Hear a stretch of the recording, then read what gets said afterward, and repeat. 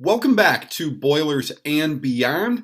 I'm Jordan Jones. We are back here today. It is the end of the regular season for Purdue after they narrowly edged Indiana in a dramatic chapter in the rivalry to close off the regular season.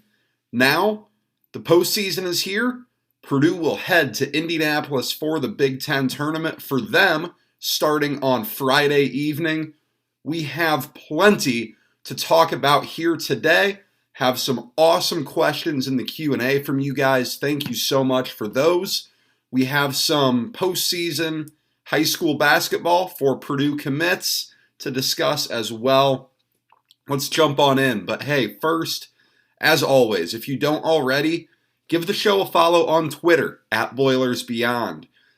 We are coming into the 2-3 best weeks of the basketball season right now. We're going to be talking hoops there all the time. So you'll want to hop on over there, join the conversation, come hang out. We've got a fun group that engages with the show's account on Twitter, so join in on that. And if you don't already as well, subscribe to Boilers and Beyond wherever you get your podcasts. Next week's show is going to be a big one. We'll be previewing Purdue's NCAA tournament, see how their draw looks like, see what the chances of a far run are, and then either the next show after that will be moving on or the end of the season. So crazy how fast this year has gone, but I appreciate all of you guys who have been here throughout. And if you have some friends out there who are looking for a little bit more Purdue content that maybe don't follow as closely all season, hey, send them this way. We want to help get everyone ready for the NCAA tournament because it is genuinely a passion of mine. It is genuinely the greatest event, and the first 2 days are the greatest 2 days of the year.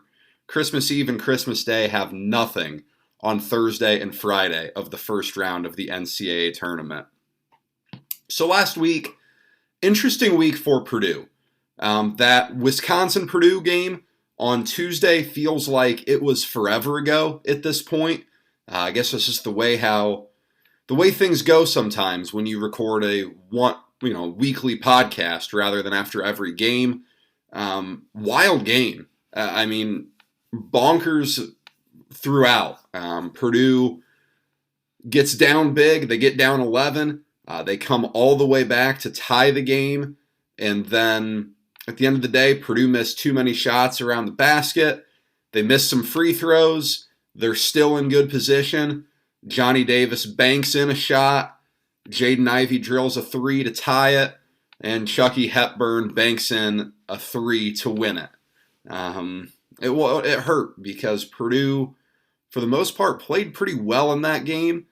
They limited Johnny Davis pretty well. But, that also exposes Tyler Wall and Chucky Hepburn to beat you. You'll take it. You'd rather them beat you than Johnny Davis.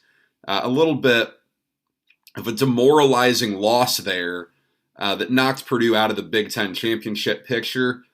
Then they came home for senior night. They get off to a great start against Indiana, but as we've seen so many times this year, Purdue takes the foot off the accelerator a little bit. They turn the ball over, leads to some issues. Indiana made it a heck of a game. Xavier Johnson was excellent for the Hoosiers, 18 points, 12 assists. He about single-handedly won them that game, in my opinion. I thought he was absolutely fantastic. He's a guy who's had an up-and-down year for them. I'm sure a lot of you guys are like me, and you follow along with Indiana well. So he's had an up-and-down year, but he was fantastic in that game. But the senior class came through big for Purdue, won Purdue that game, and that was a very nice way for them to end their Mackey Arena careers. We're done with the regular season now. We are 31 games in the books. It feels like it was just a month ago, that we were sitting here with Bobby Buckets Riddell going through the season preview episode, looking at predictions, expectations, what could be from a season that began with a lot of promise and for the most part delivered. Purdue's 25-6. That's not half bad.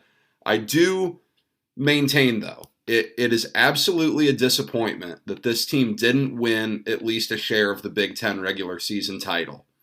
I know a Big Ten championship was never going to be enough for this team. Everything changed on that Sunday afternoon in November when Purdue went on a run in the second half and beat Villanova. From that moment on, this season was never going to be about what happened in the regular season. Expectations went through the roof at that point, and rightfully so. Purdue absolutely, those expectations were warranted, but the entire outlook on this season, Purdue could have gone 18-2 in Big Ten play and ran through this conference and been the 1 seed. And I mean, they could be sitting here with a 1 seed in the NCAA tournament pretty much locked up at this point, and there would be absolutely zero sense of accomplishment around this group right now. And to some degree, that's fair. To some degree, it's not. And I think, it's just from taking a wider look at it, I think a lot of it could be unfair. But, at this point, if this team goes to the Final Four, no one is going to care about a conference title. But if this team were to not have things go their way in March, I think it would be nice to at least have a conference title to look at and remember this group on, because this is absolutely a group worth remembering fondly. I think it's very similar to the 2017-18 team with Isaac Haas, Vince Edwards, Dakota Mathias, and P.J. Thompson as seniors when they didn't win the Big Ten tournament, or regular season or tournament, I guess, for that matter. And then they fall in the Sweet 16 after Isaac Haas gets hurt. You wish there was at least a Big Ten championship to fall back on for that year, because that group absolutely deserved it.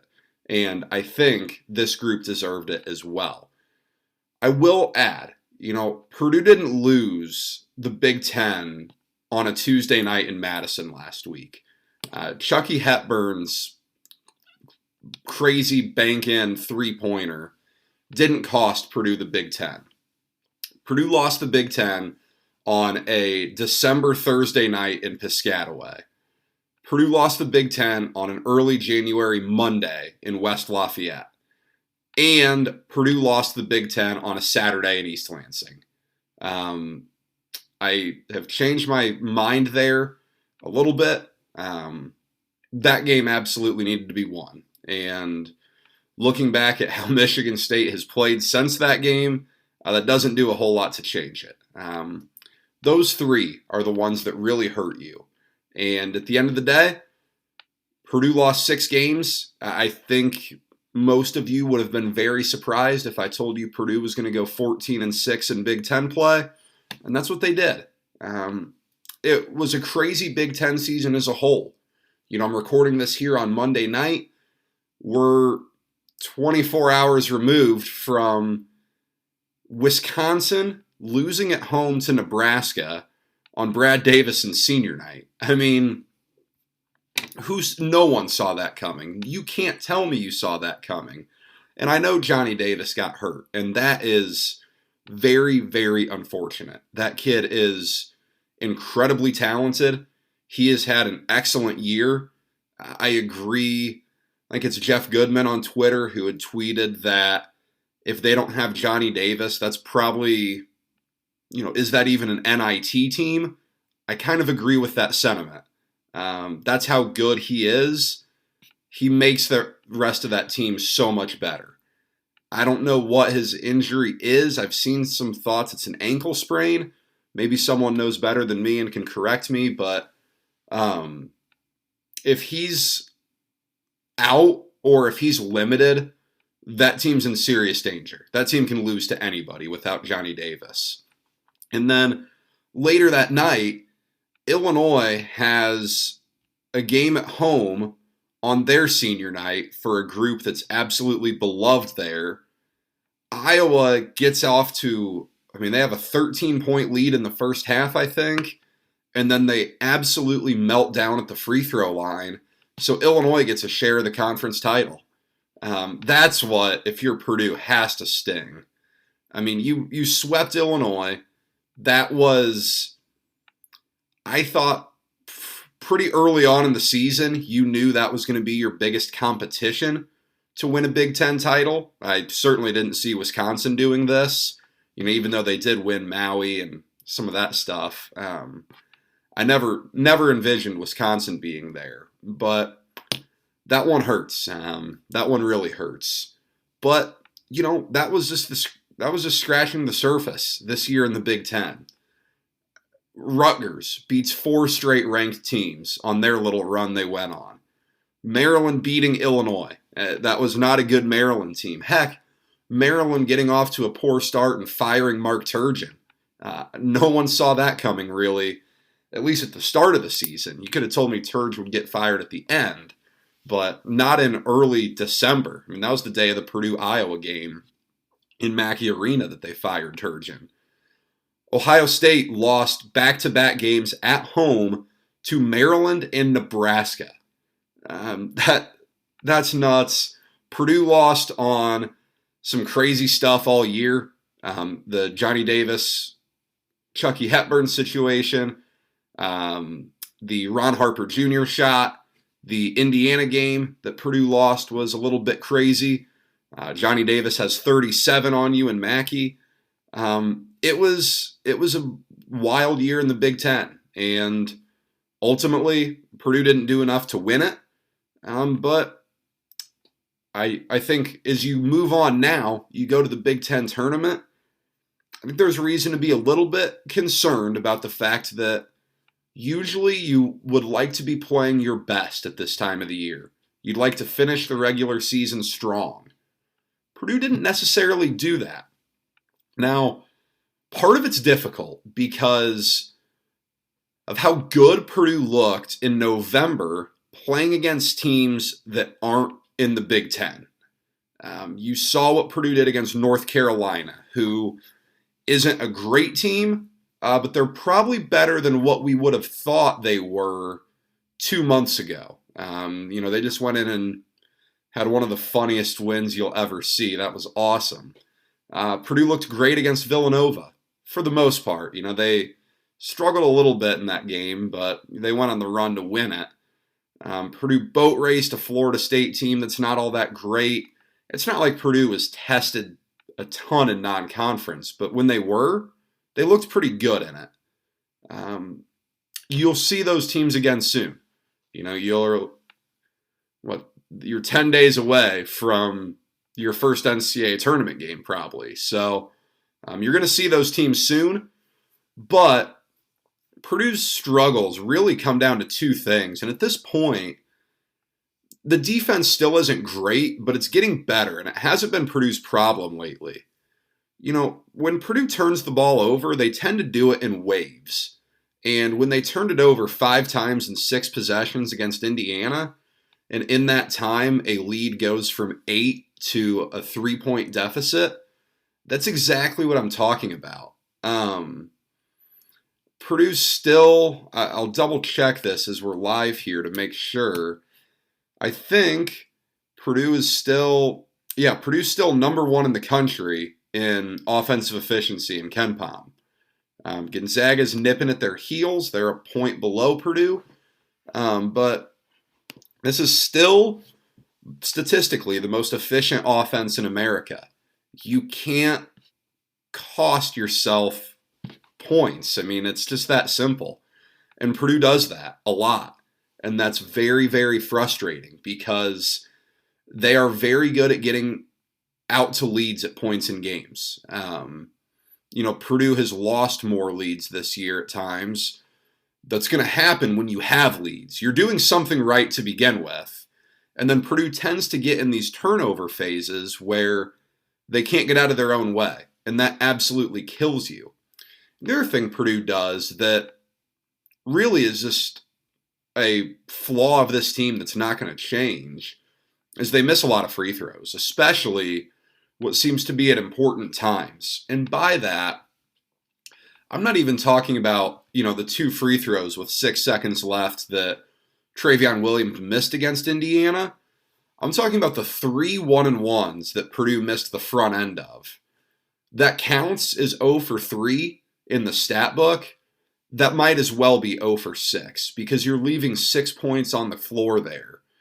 And if you can even just hit the front ends and miss the second, there's 3 more points, and the end of that Indiana game looks a lot different. That's massive, and it doesn't help Purdue that your two guys that get fouled the most. I guess I don't know this. Jaden Ivey gets fouled a lot too, but Zach Edey and Travion Williams. Williams has never been a strong free throw shooter. Edey has really struggled at times this year. Jaden Ivey is solid, but he has times where he's not. He wasn't solid at the foul line against Wisconsin, that's for sure. But it's those small things, the turnovers, the critical free throws that you have to make. I mean, that's what makes a huge difference. And Purdue hasn't done those small things well, and that's really not ideal. I do think it's definitely worth pointing out here how cool it is that Purdue's 3 scholarship seniors came up massive for them on Saturday. 17 points, 5 rebounds, 5 assists for Eric Hunter Jr. That is, without a doubt, one of his best games at Purdue. That was a fantastic performance by him. 15 points for Sasha Stefanovic. Hit some massive free throws, had a couple of very timely 3-pointers, and then only 8 points and 8 rebounds for Travion Williams. He did pull down some very big rebounds for Purdue. That helped them find a way to win. It wasn't a pretty game by any means, but those 3 guys all played a pretty big role in helping Purdue win that. And man, what else can you ask for? Those guys went out, at least in their Mackey Arena careers, on a very strong note. Just looking at this season, wrapping it up, I can't get over how much things changed after that Mohegan Sun game against Villanova. I mean, that changed things wildly. Before the season, I would have thought 25-6 sounded about right. I remember talking with some buddies, and the 2 numbers that we threw out there were 25-6 and 26-5. In hindsight, I think maybe we discounted a little bit how difficult the Big Ten can be at times. I mean, 5 losses won it this year. That's a lot. But, being undefeated in non-conference, I don't think I would have had Purdue there either. I didn't think Purdue was going to go 2-0 up in Mohegan Sun. They did. That put some immense pressure on this team. And I think that's something you're seeing here. I know Matt Painter referenced it a bit in his senior night speech where, he mentioned, everyone wants us to be 31-0. This is as into a season as I've seen Purdue fans in terms of an emotional roller coaster. The tone on social media especially hasn't been all that pleasant since Purdue beat Illinois in that game in Mackey. Ever since then, look, Purdue's lost games. Purdue's lost 3 games since then? They lost at Michigan, and they lost the 2 games recently at Michigan State and at Wisconsin, but Purdue hasn't played their best lately either. That's absolutely true, but there's a lot of negativity about players out there. There's a lot of negativity about coaching out there. There's a ton of push for the 10th guy in the rotation to be the 7th guy in the rotation. This is as nuts as I've seen Purdue Twitter, and I've maybe younger, but I've been around it a while, especially Twitter. I'm old enough that I've been on Twitter for most of it. So yeah, it's been different, and I think that can't be easy for this group to navigate. That's a lot of pressure on some kids who, I mean, they're doing their best. I can promise you that. They are not trying to lose games. They're trying to win. They want to get to a Final Four just as bad as all the fans do. But I think right now there's certainly a lot of pressure on them, and I think they feel it. I don't know how you couldn't. So it's going to be interesting to see how they handle some of this moving forward. But Purdue goes in, while we're on the topic of moving forward, going into the conference tournament likely as a 3 seed in the NCAA tournament. They're obviously the 3 seed in the Big Ten tournament.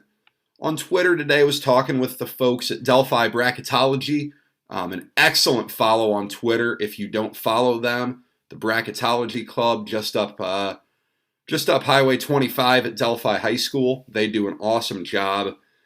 They say Purdue probably won't change its seed based off what it does in Indy. I thought that was an interesting way of looking at it, where they kind of feel that Purdue could lose on Friday and stay a 3. Purdue could cut down the nets on Sunday and probably still stay a 3. I thought maybe they could get up to a 2, and that certainly still could happen. It's anyone's guess, but they're pretty good. I'll take their word for it. And hey, I certainly hope they're wrong. You'd love to see Purdue get a 2 seed. But as others mentioned in that same thread, Purdue really, what you want more than anything is that Indianapolis to Chicago route. You'd love to play your first 2 at Gainbridge Fieldhouse. And if you can win those 2, you'd love to go to the United Center to play your biggest games of the year as close to home as possible in an area where there are a lot of Purdue people. So Purdue goes into the Big Ten tournament looking like that. And hey, I think Purdue got a pretty good setup in the Big Ten tournament, at least as good of a setup as they were probably going to get. They're either going to play Ohio State, Penn State, or Minnesota on Friday around 9 p.m. Penn State, Minnesota play on Wednesday. Winner gets Ohio State on Thursday. Winner of that gets the Boilers on Friday. Ohio State has not looked great of late. Believe they've lost 3 of their last 4. And all those losses were at home, if I'm remembering correctly, to Maryland, Nebraska, and Michigan without Hunter Dickinson yesterday. That was surprising. Zed Key's been hurt for them. They've been starting Joey Brunk. That's been interesting. It's interesting, too, with Purdue. All 3 of these teams you could potentially play, you've only played once. You got Ohio State at home. Jaden Ivey hit a heroic shot to hold on. You played Penn State and Minnesota both on the road. Survived against Penn State, handled Minnesota easily before getting snowed in up there. So Purdue has a little bit of familiarity with these teams, but not the full 2 games. They did beat all 3 of these teams, which statistically means you're in good shape against them. And then should Purdue get to Saturday, they'd probably play Wisconsin. And I am a believer that it's really hard to beat a team 3 times. I know maybe that's not the most statistically true thing. I saw a tweet about that earlier where about 70% of the time someone does beat the team for the 3rd time. Only about 30% of the time does the result flip. But if Johnny Davis isn't 100%, I love Purdue's chances there. Purdue has had great opportunities to win both of those games against Wisconsin. You would love a chance to have a 3rd and go finally beat them and kind of get that monkey off your back a little bit. Purdue benefits from being in that bottom side of the Big Ten bracket, though, no doubt. The top half, that's a gauntlet. And it was cool. Congrats to Rutgers on the double bye. Geo Baker was talking about how, his first year they were the 14th seed. I believe they played Purdue in that Big Ten tournament, if I'm remembering right. But they get the double bye. They would potentially play Iowa on Friday midday. That could be a really good game. Thursday morning, Michigan versus Indiana. Massive game for the bubble. I would think Indiana has to win that game to be in position to make the NCAA tournament. I think they're probably in pretty good shape if they do win that game, but you never know. You certainly never know there. Illinois, they set up nicely there, but Purdue, Illinois on Sunday would be it'd be how you want it if you're Purdue. You would want to avoid Illinois as much as possible. You've beat them twice, as I mentioned earlier. Beating a team 3 times is tough. They play you physical. They beat the hell out of you, and I don't know that you really want that right before the NCAA tournament. So you avoid them till Sunday. It's possible they could lose as well. I mean, if they lost on Saturday, I wouldn't be stunned. Purdue could really use a few wins, though. They need some positive momentum. I don't think they've played well, especially in their last 3. 4 games ago would be that Rutgers game at Mackey when I thought Purdue did play well. But the last 3, not great. Now, a result goes different here or there, and you look at it a lot differently. But Purdue has an opportunity here to go win a Big Ten tournament. I normally subscribe to the opinion that you don't necessarily want to win the Big Ten tournament. It's sometimes good to suffer a loss before you get into the NCAA tournament. I still don't think you would love to win it. I think you'd like to get to Sunday and lose maybe. At least win on Friday. You need to get some good momentum going. You absolutely have to have that. If it takes a win on Friday to secure a 3 seed at least, you want that. You don't want a 1 seed in the Sweet 16. So we'll see how things go. It's always a fun event. I will not be in attendance, but it's always a fun event, and it puts a cap to another wild season of Big Ten basketball. I had a question on Twitter about this, and I planned on talking about it already. Purdue recruiting, there's not much new in the world of recruiting right now, but tracking along with Purdue's signees, Braden Smith had as incredible of a sectional performance as you'll ever see. I was there in person Tuesday night as he put up 28 points, 6 rebounds, and 11 assists over the number 2 team in the state in Fishers. Fishers has a 6'7" freshman, Jalen Harrelson, with a Purdue offer. He was impressive to see as well, 19 points for him in his first state tournament game. But Smith stole the show. He then took care of business against Hamilton Southeastern on Friday, and then went for 22, 5, and 6 in the sectional championship win over Carmel. Westfield had lost to Carmel in the sectional championship 2 years in a row prior to this. Carmel, I believe I saw they've won 2 state championships in a row going back to 2019 and then 2021 when 2020 got canceled. For those not familiar, because I never know how many of you are from around Indiana or follow along with Indiana high school basketball a lot, this sectional is the toughest one in the state. It's Carmel, it's Westfield with a D1 player, Zionsville's always pretty good. It's a very, very good sectional. It's the toughest one in the state. Fishers was excellent this year. He took the thing over. It's so easy to get excited about him because he plays with an energy a tenacity, and with a little bit of, it's an overused word, but just a swagger to him. Some would probably call it arrogance, but he's fun to watch. He ignites the gym like no player I've really seen in a while. And I follow Indiana high school basketball pretty closely. Him and Westfield will face off with Fletcher, Loyer, and Homestead in the Logansport Regional on Saturday afternoon. I cannot wait to watch this game. That is going to be a blast. I was down in Indianapolis at Southport back in December when these two played each other then. Homestead won. Loyer had 20-some. Smith had 30 for Westfield, but Homestead won that game. I don't know. I could see this one going either way. Right now, Westfield is playing out of their minds. Smith has just been so hot. I think the winner will be in a pretty good spot to win Mr. Basketball. IU commit CJ Gunn lost in the sectional final on Saturday.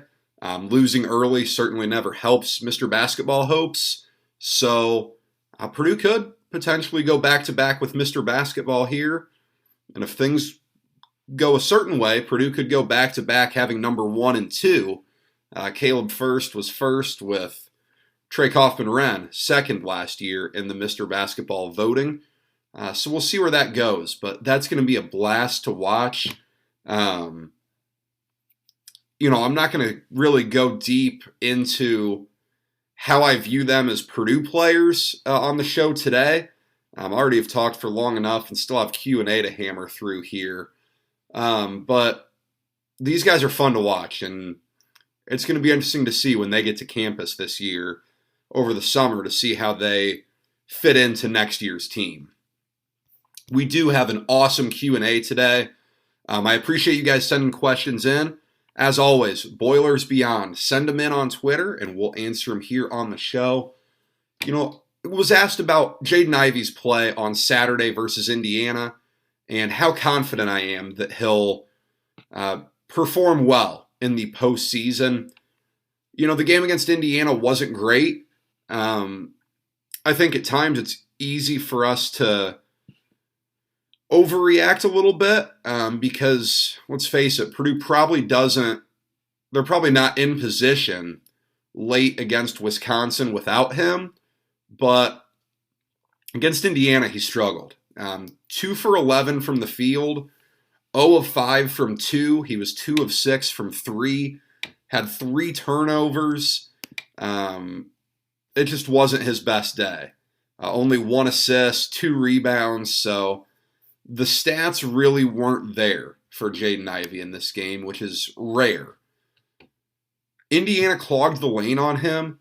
They did an excellent job of not letting him get any type of a look at the basket. They completely sold out on him. At times he looked for the outside shooters. I think he hit 1 or 2 of them.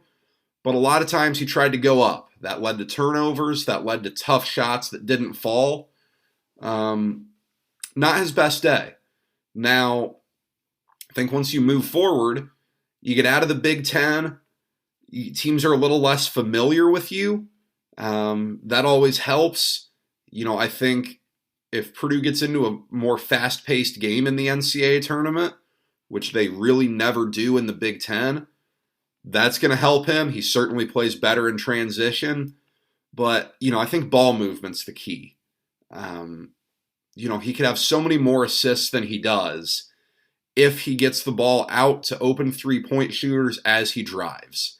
He does a decent job looking for the bigs at times, but if he can really look to kick the ball out more, I think there's a lot to like there.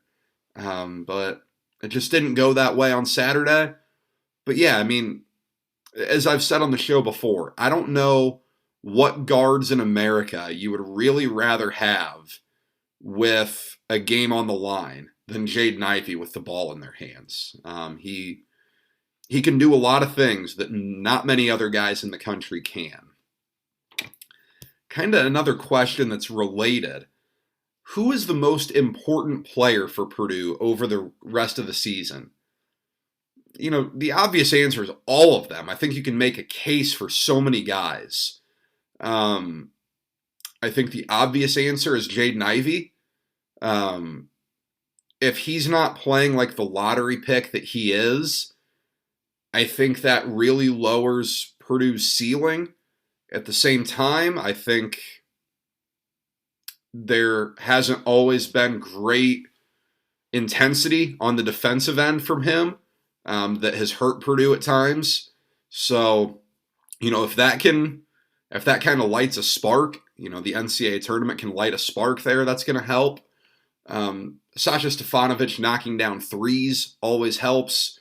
There's not many guys better at knocking down threes than him. But I'll go with two here. One's been playing well lately. The other really hasn't. I will go with Eric Hunter Jr. and I will go with Travion Williams. Eric Hunter Jr. has been fantastic here for Purdue in the second half of Big Ten play. He has been as good as he's been in his career. He's really a guy who's ending his career strong. Getting production there at the one is really nice because Jaden Ivey's probably going to get his. I would be surprised if he doesn't really. Purdue's centers are going to play a massive role, especially Zach Edey of late. Getting some production from him there, knocking down open threes. He's done a nice job scoring on drives to the basket, kind of crafty stuff in the half court. So he's been really good. You'd love to keep that, and he's also your best half court defender. So that's always big too. Williams has not been playing well lately. The turnover problems have really been on clear display. The Wisconsin game was case in point. The plus minuses from that game were astonishing. Zach Edey a plus 16, Travion Williams a minus 19. Plus minus can be a flawed stat, but when it's for two guys who exclusively, one's on the floor, the other's not, it tells you a little bit more there. I mean, I think it's tougher with Purdue's guards sometimes when they're a little more interchangeable in terms of when they're on the floor. But no, I mean, that's astonishing. You can't have that if you're Purdue. Not from your senior, not from the guy you've leaned on in big situations the most, heading into the time of year where you have a lot of big situations. He's got to be better for Purdue. Now, he's risen to the occasion quite a bit in his career. I have no reason to think he won't do that again, but Purdue could certainly use to see that. And if those two are playing well, I think you're in pretty good shape going into the NCAA tournament. Another one, what needs to happen in this postseason in order to be content about the outcome? And at what exit point am I not allowed to call for Matt Painter to be fired? Well, if you're expecting Matt Painter to be fired, you're a fan of the wrong institution. Purdue is not a school that is going to make rash decisions with coaches. Certainly not one that is as successful as Matt Painter. Goodness. Purdue hasn't fired basketball coaches in a long, long time. If they ever have, I'm not positive. But even in football, it takes drastic measures for this school to fire employees. You saw it with Danny Hope. You saw it with Daryl Hazel. Matt Painter's not going anywhere. I would be surprised if he was ever fired from Purdue. So you can hope all you want if the NCAA tournament doesn't go well, but don't get your hopes up too much. In terms of playing in the NCAA tournament, look, I think playing to your seed line is very difficult to be upset about. when you're losing to the team that's seeded better than you. So if Purdue's a 3 seed and they lose to this 2 seed in the Sweet 16, I think that's going to be a really brutal pill to swallow for people. A Sweet 16 exit wouldn't leave a good taste in anyone's mouths about this year. But, I mean, that's just from a statistical standpoint, that might be where you end up. You get to the Elite Eight. That's no doubt a good year because you're not going to be a 1 seed. The Elite Eight's impossible to be upset about. You don't want to lose. Obviously, if you lose first weekend, goodness gracious, that's going to be a nightmare. Twitter's going to explode. But we'll see. We'll see what happens. But I really think it's difficult to be upset, blaming the coach or whatever. If you play to your seed line, and that's where you lose. And then if you get past that, great.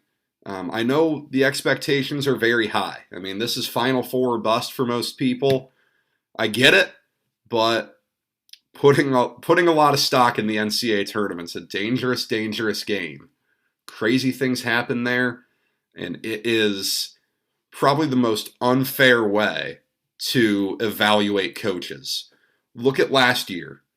Look at the NCAA tournament last year. You had 2 coaches get contract extensions based on what happened. Wayne Tinkle gets a massive extension at Oregon State, and he won 3 games this year. That happened. The NCAA tournament's fluky like that. Georgetown got to the tournament. I don't remember if they won their first game or not, but they went on a run in the Big East tournament. Patrick Ewing got a massive extension at Georgetown. I just saw an article before I hopped on the podcast here that, he's got like 5 years left on his deal. They're horrible. Did they win a Big East game? No, they went 0-19 in the Big East this year. So evaluating coaches based off of March is a dangerous, dangerous game, and I think most athletic directors realize that. Final question here. The all-hustle team in the Big Ten. I am recording this for what it's worth. Before I answer this, I'm recording this Monday night. All Big Ten teams come out tomorrow. If I had a ballot, I would submit first team of Johnny Davis, Jaden Ivey, Keegan Murray, EJ Liddell, and Kofi Coburn. I think those are the guys I'd go with for first team. I would give Johnny Davis Big Ten Player of the Year. I would vote for Greg Gard as Big Ten Coach of the Year. What else am I missing? I'm not positive, but yeah, very good year in the Big Ten. Tons of guys deserving, but the all-hustle team, let me pull up this tweet so I can see what you had here, because it's a fun thing to analyze because the Big Ten is so known for its hustle play. The 5 that were named in the question were Peyton Willis, Alfonso Plummer, Jordan Geronimo, Mason Gillis, and Stephen Crowell from Wisconsin. I will go with these 5. John Hara from Penn State, I think, is the guy who plays the hardest in the Big Ten. Mason Gillis and Race Thompson are very much cut out of the same cloth, and they kind of beat the hell out of each other on Saturday. Cover your ears, but Brad Davison, he plays hard. There is no doubt about that. The guy doesn't end up in the situations he ends up in without playing really hard. And then Caleb McConnell. That is a Rutgers team that plays with a ton of attitude. He kind of embodies that. He's a really good defender. He plays hard. Those are going to be my 5. There are certainly other guys in the league who play hard. I would put Trent Frazier around there. I'd put Malik Hall around there. I would put... those are a few guys. Peyton Willis does, yeah. All those guys that were listed are guys who play hard, no doubt. That's kind of the five I would go with. And then, as always, a few final thoughts to cap off the podcast. How hilarious was Mike Krzyzewski losing his last game at Duke? That was the most drawn out, made for TV sap story ever. And for a decent but not great UNC team to go in there and win, that was hilarious. 12-0 for Purdue baseball. Heck of a start to the season. I've talked about it on the show. I do love college baseball. We are nowhere near an MLB season this year, so if you're a baseball fan, I hope you like metal bats. This Purdue team hasn't really played a great schedule. The only credible opponent is Charlotte, who they beat in the midweek last week. 12-0 is 12-0. They were in a top 25 this week. I will add with that there are more rankings in baseball than any other sport, but D1Baseball.com is kind of the equivalent of the AP poll in football and basketball. D1 Baseball is kind of the best one in baseball, so that's what I would go off of looking at rankings, but either way, a very cool start for Purdue baseball. And then finally, as I mentioned with Georgetown and Oregon State coming out of nowhere last year, getting in the tournament, getting their coaches extended, it's bid stealer season. And who knows what's going to happen here? Every year it feels like there's a team or two from a power conference that kind of plays its way in, whether it's, from the far off bubble to in to an AQ situation. You hate to be a bubble team right now because you're so worried about that. Every year, a mid-major or two gets lucky where the 4 seed in a one-bid league wins the conference, and it costs your best team a ticket to the big dance. It's not fair sometimes. I never will say that conference tournaments are the most fair way to put together a field of 68, but my goodness, is this week a lot of fun. That's all I have for you today. Thank you for spending some time with me. Next week, we'll have a bracket. We will be here taking a look at everything related to Purdue's NCAA tournament matchup and region. You will not want to miss that episode. So be sure, subscribe wherever you get your podcasts. Follow the show, Boilers Beyond, on Twitter. Tons of tweets there, tons of conversation. We'll be talking all week with the Big Ten tournament, so come hang out, join the conversation. Until next time, hey, it's a loaded week of basketball. Enjoy it, and let's see what Purdue can do down in Indianapolis.